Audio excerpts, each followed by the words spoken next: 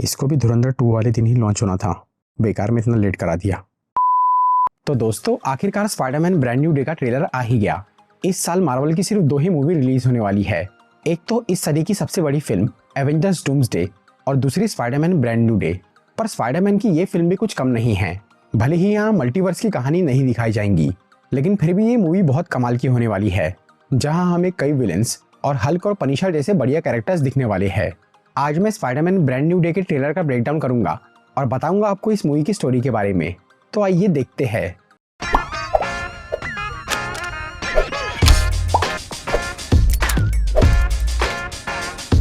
तो सबसे पहले मूवी के बेसिक सेटअप की बात करें तो इसकी कहानी नो वे होम के 4 साल बाद की है।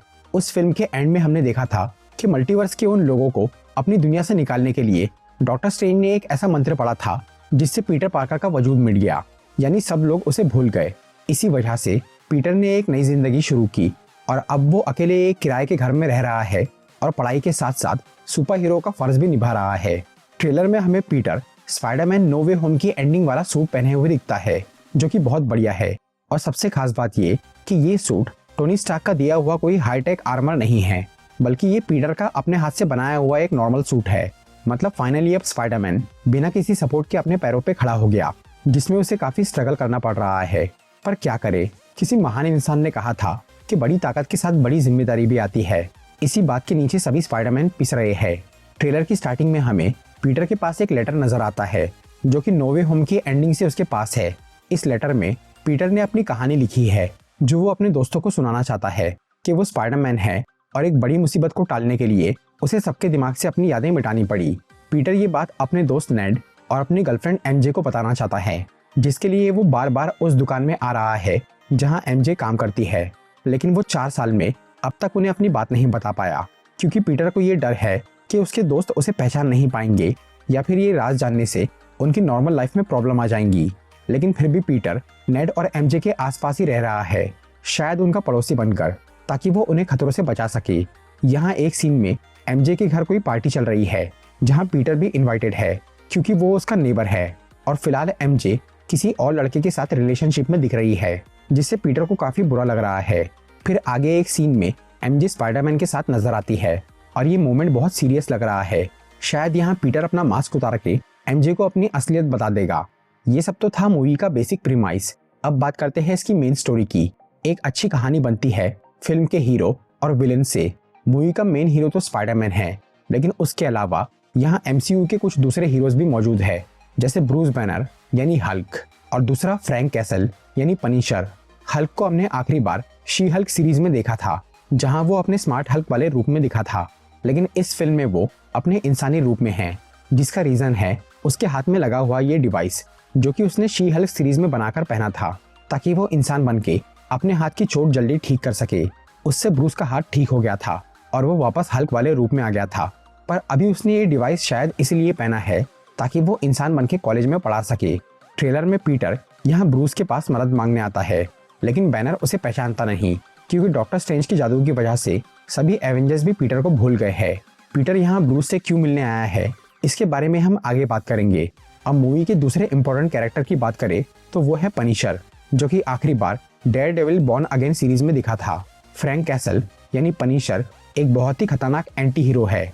वो बुराई के खिलाफ लड़ता है, लेकिन वो बुरे लोगों को सीधे मार ही डालता है। इस फिल्म में स्पाइडरमैन और पनिशर साथ में काम करते हुए दिख रहे हैं, पर उन दोनों का तरीका बिल्कुल अलग है।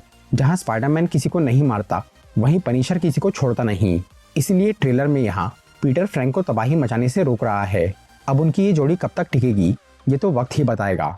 फिलहाल बात करते हैं मूवी के विलेंस की, जो कि बहुत सारे हैं।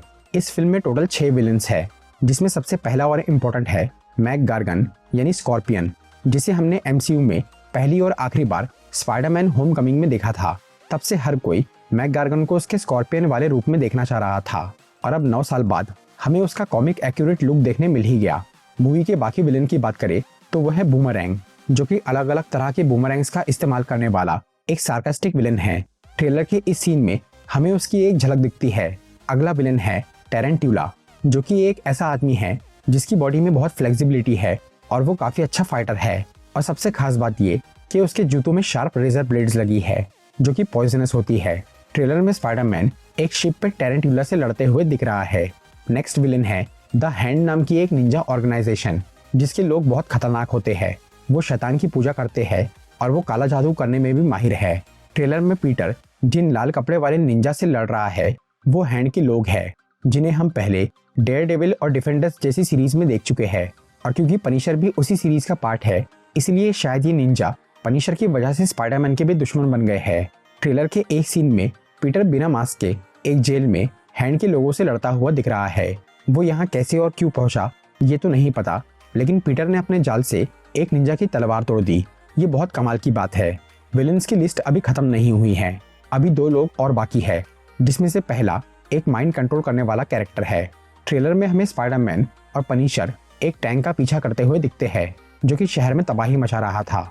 फिर बाद में जब पीटर उस टैंक को रोक के उसका दरवाजा खोलता है तो उसमें से एक औरत निकलती है, जो कि बहुत कंफ्यूज थी, क्योंकि उस टैंक को वो खुद नहीं चला रही थी, बल्कि कोई उसका माइंड कंट्रोल करके वो काम कर रहा था।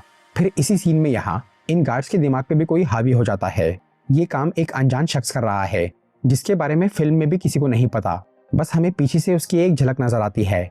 और इस सीन में इस ऑफिस में भी शायद वही इंसान कैद है, जो कि एक लड़की लग रही है। ये शायद एक्ट्रेस सेडी सिंह है, जिसे हमने नेटफ्लिक्स की स्ट्रेंजर थिंग्स सीरीज में देखा है। ये बात तो कंफर्म है कि इस मूवी में सेडी सिंह का इंपॉर्टेंट रोल है, पर वो कौन सा कैरेक्टर प्ले कर रही है ये किसी को भी नहीं मालूम। और ट्रेलर की इन सीन से लग रहा है कि सेडी सिंह एक माइंड कंट्रोलिंग विलन है। मतलब वो र्यूमर सच हो सकता है, जिसमें कहा गया था कि सेडी सिंह इस फिल्म में एक्समैन की जीन ग्रे का रोल करने वाली है, जिसके पास टेलीकाइनेसिस और टेलीपैथी की पावर्स है। और अगर वो सच में जीन ग्रे है तो शायद वो ज्यादा देर विलन का रोल नहीं करेगी, बाद में वो स्पाइडरमैन की दोस्त बन सकती है। मूवी के लास्ट विलन की बात करें तो वो है टूम्बस्टोन, जो कि किंगपिन की ही तरह एक क्राइम बॉस है, लेकिन उसके पास कई पावर्स भी है। टूम्बस्टोन की स्किन बहुत हार्ड और बुलेट प्रूफ है। उसके पास सुपर ह्यूमन स्ट्रेंथ और सुपर ह्यूमन ड्यूरेबिलिटी भी है। ट्रेलर में ये विलन कहीं दिखा नहीं, पर मूवी की कास्ट में उसका नाम शामिल है, इसीलिए वो बाद के ट्रेलर्स में दिख सकता है। फिलहाल तो हैरानी की बात यह है कि इस फिल्म में इतने सारे विलन्स क्यों है। तो इसका रीजन ये है कि ब्रांड न्यू डे एक स्ट्रीट लेवल एक्शन मूवी है, जिसमें स्पाइडरमैन किसी बड़े विलन से लड़ने की बजाय कई छोटे मोटे लोगों से भिड़ता हुआ दिखेगा। इसी वजह से फिल्म में पनिशर भी शामिल है, जिसका काम है ऐसे ही गुंडों को ठोकना। ये तो हो गई विलन्स की बात। अब बात करते हैं इस फिल्म के सबसे इंपॉर्टेंट पॉइंट की, जो कि है स्पाइडरमैन का म्यूटेशन। ट्रेलर के एक सीन में पीटर हमें बेहोश होता हुआ नजर आता है, और अपनी इसी कमजोरी और बेहोशी की वजह से वो ब्रूस बैनर से मिलता है और उसे इस बारे में बताता है। तब ब्रूस उसकी बॉडी को स्कैन करता है, और यहाँ पीटर अपने स्पाइडरमैन वाले रूप में है, मतलब वो बैनर को अपनी असलियत बता देगा। ब्रूस पीटर को बोलता है कि उसका डीएनए म्यूटेट हो रहा है, जो कि बहुत भयानक बात है। तो पहले इस म्यूटेशन का कारण जान लेते हैं, बाद में इसके परिणाम की बात करेंगे। असल में पीटर ने हाल ही में बहुत परेशानियां झेली है, जैसे दुनिया को उसकी असलियत पता चलना, उससे उसकी पर्सनल लाइफ में प्रॉब्लम्स आना, फिर उस पहचान भुलाने वाले जादू से दूसरे यूनिवर्स के बुरे लोगों का यहाँ आना, और उनसे लड़ते वक्त पीटर की आंट मे का मारा जाना, और आखिर में पीटर का वजूद मिट जाना और उसका अकेले मुश्किल भरी जिंदगी जीना। इस सब की वजह से पीटर को बहुत मेंटल स्ट्रेस हुआ है, और शायद इसी की वजह से उसे कमजोरी और बेहोशी आ रही है, जैसा कि सन 2004 की स्पाइडरमैन मूवी में हुआ था, जहां वो पीटर पार्कर भी अपनी पर्सनल लाइफ की टेंशन की वजह से कमजोर हो गया था और उसकी शक्तियां काम नहीं कर रही थी। लेकिन ब्रांड न्यू डे की कहानी उससे भी आगे जाने वाली है। ट्रेलर के एक सीन में पीटर एक वेब ककून से बाहर निकलता है, और इस सीन में उसके रूम में बहुत सारे जाले लगे हुए हैं, जिसे देखकर वो खुद भी हैरान है। और ट्रेलर की एंडिंग में उसकी आंखें ब्लैक कलर की हो जाती है। पीटर का ये म्यूटेशन 2 कॉमिक्स से इंस्पायर्ड लग रहा है। पहली है 1982 की मार्वल फैनफेयर कॉमिक्स, जिसमें स्पाइडरमैन को एक विलेन ने जबरदस्ती म्यूटेट करके एक मॉन्स्टर बना दिया था, जिसके 6 हाथ और मकड़ी जैसा सर था। उसे मैन स्पाइडर कहा जाता है, जिसे 1995 की स्पाइडरमैन एनिमेटेड सीरीज में अच्छी तरह दिखाया गया है। ट्रेलर में पीटर की आंखें जिस तरह से ब्लैक और रेड हुई है, उसे देखकर लग रहा है कि वो यहाँ मैन स्पाइडर बन सकता है, क्योंकि उस मॉन्स्टर की आंखें भी ऐसे ही थी। दूसरी कॉमिक्स की बात करें तो वो है 2005 की स्पाइडरमैन द अदर, जिसमें पीटर की शक्तियां बराबर काम नहीं कर रही थी। फिर एक विलेन उससे लड़ाई करके उसे मार डालता है। तब पीटर के अंदर का स्पाइडर जीन उसे ठीक करना शुरू करता है, जिससे वो एक बड़े से वेब ककून में चला जाता है। फिर जब वो इसमें से बाहर आता है तो पीटर की पावर्स बहुत बढ़ जाती है, और वो अब बिना वेब शूटर्स के भी अपनी बॉडी से ऑर्गेनिक वेब बना पा रहा था। तो ट्रेलर में भी हमें ऐसा ही कुछ नजर आता है, जहां पहले उसकी तबीयत खराब होती है, फिर वो एक वेब ककून से बाहर निकलता है, इस सीन में पीटर ऊपर से नीचे गिरता हुआ दिखता है, फिर वो अचानक किसी चीज को पकड़ के लटक जाता है। यहाँ पीटर के पास उसके वेब शूटर नहीं है और ना ही यहाँ कोई रस्सी थी, तो हो सकता है कि कॉमिक्स के जैसे ही पीटर के पास अब ऑर्गेनिक वेबिंग की पावर आ गई हो, क्योंकि यहाँ जाल निकलने की जैसी आवाज भी आ रही है। तो अगर पीटर के इस म्यूटेशन से उसकी पावर्स बढ़ती है तो अच्छी बात है, लेकिन अगर वो मैन स्पाइडर बन गया तो बहुत गलत होगा, क्योंकि उस मॉन्स्टर को काबू करना बेहद मुश्किल है। स्पाइडरमैन एनिमेटेड सीरीज में जब पीटर वो मैन स्पाइडर बना था तब पनिशर उसे मारने के पीछे पड़ गया था, और इस मूवी में भी पनिशर मौजूद है, इसलिए यहाँ भी वो मॉन्स्टर वाली कहानी दिखाई जा सकती है। कॉमिक्स और एनिमेटेड सीरीज में मैन स्पाइडर को ठीक किया था एक साइंटिस्ट ने, और इस फिल्म में MCU का एक बहुत बड़ा साइंटिस्ट मौजूद है जो कि है ब्रूस बैनर। तो अगर पीटर वो मैन स्पाइडर बन जाए तो शायद ब्रूस ही उसे ठीक करे। इस सब के अलावा हल्क से रिलेटेड एक इंटरेस्टिंग डिटेल ये है कि इस मूवी के प्रमोशनल मटेरियल में हल्क अपने पुराने गुस्से वाले अंदाज में दिख रहा था, यानी सैवेज हल्क, जबकि MCU में अभी ब्रूस बैनर स्मार्ट हल्क बन चुका है। तो यहाँ पुराने हल्क के दिखने के दो रीजन हो सकते हैं।